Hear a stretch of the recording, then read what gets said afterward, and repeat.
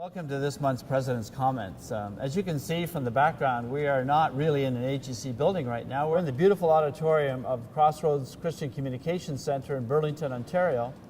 And it's our purpose this month, as we pray, to really introduce you to some of the work of the AGC across Canada. And it's been a real privilege to have our superintendents with us this month. And so we are going to interview some of them. And today we have the privilege of having Dr. Wesley Peach with us. And Wesley is going to talk to us about his work in Quebec. He is the regional director for Quebec. And we're going to ask him a number of questions, and we're going to begin right now. Wesley, I just want to ask you a few questions. Let the people know about your wife and your family and where you're living, and then a little bit about what you're doing. Okay. I have been in Quebec for 22 years. Came with my wife when we had a 9-month-old baby who is now married and has her own child just a couple months ago. And we have 2 other children who are in school.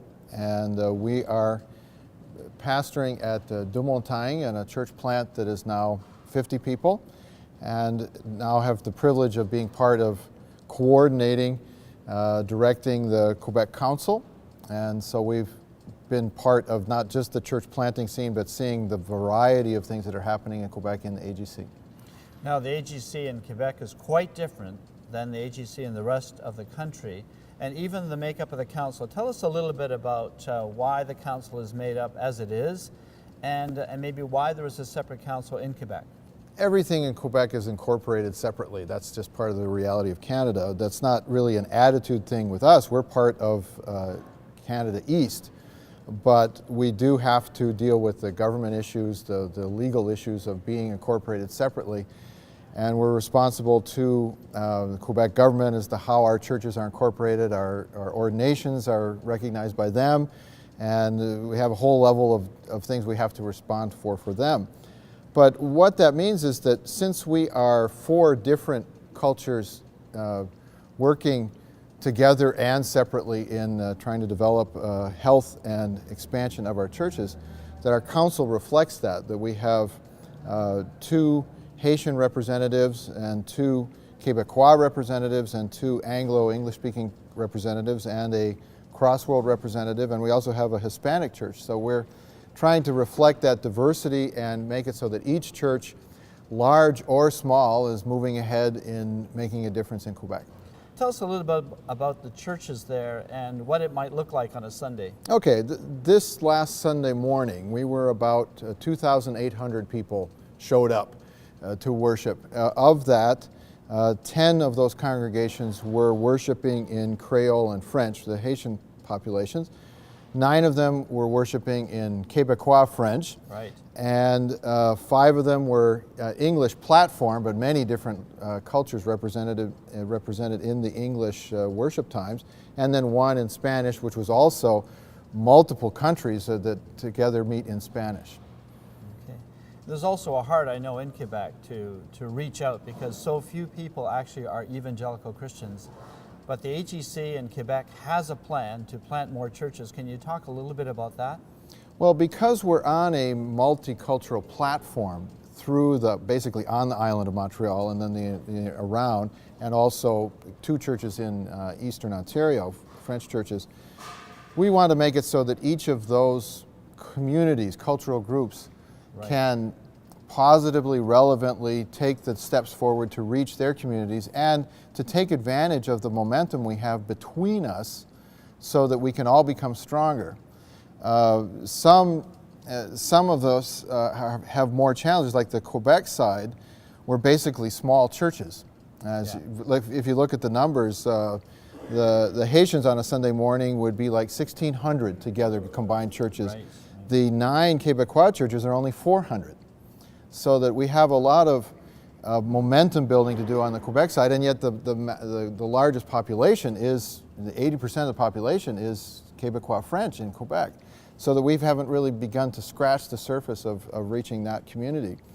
Whereas on the island, a lot of the Anglos that are reaching to the new immigrants, to the new Canadians that are coming, that come worshiping on the least common denominator that they have would be to worship in English, so that they're reaching a lot of those new Canadians.